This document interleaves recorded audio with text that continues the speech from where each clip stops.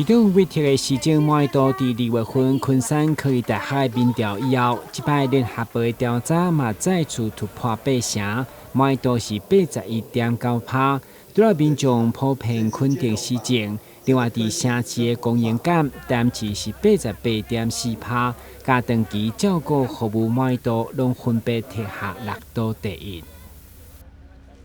我想施政满意度也好，或是各项的民调也好，各种不同的媒体也都常常在做，我们都予以尊重。但是我们很感谢，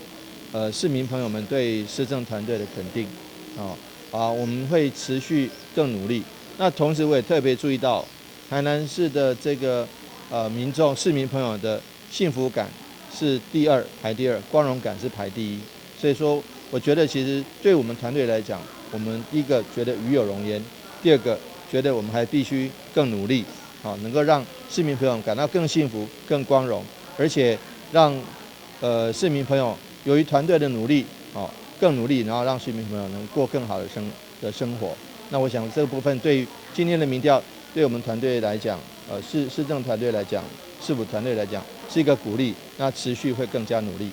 公布民调时，市长委托人正伫农场陪同长辈体验农村的生活，配合社区照顾关怀据点，共同来推广轻松旅游。面对各民调，市长强调，伫交通、治安甲社会主体等方面，也是有真侪需要突破，将持续补强。我们可以看到各细项其实全国各地都一样，对交通都事实上感觉都不是很好，对房价很高感觉都不是很好。这不仅是台南，但是